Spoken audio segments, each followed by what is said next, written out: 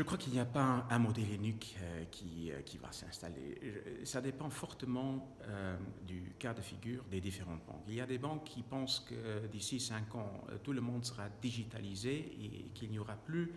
de services bancaires dans des agences. Il y en a d'autres qui ont une vue un peu diamétralement opposée et qui voient ceci plutôt comme une stratégie digitale en disant que nous souhaitons quand même avoir un réseau d'agences. Il est peut-être moins important et légèrement différent par rapport à son fonctionnement d'aujourd'hui, mais le processus sera digitalisé, mais pas nécessairement la relation avec les clients en direct. Mais j'aurais tendance à dire que les banques qui sont traditionnellement plus ancrées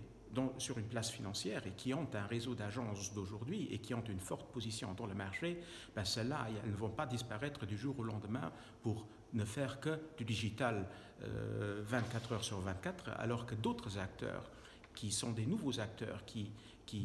intègrent un nouveau marché,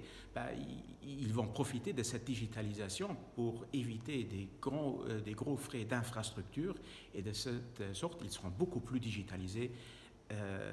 dans leur fonctionnement, mais aussi pour une clientèle qui souhaite aussi un service hautement digitalisé.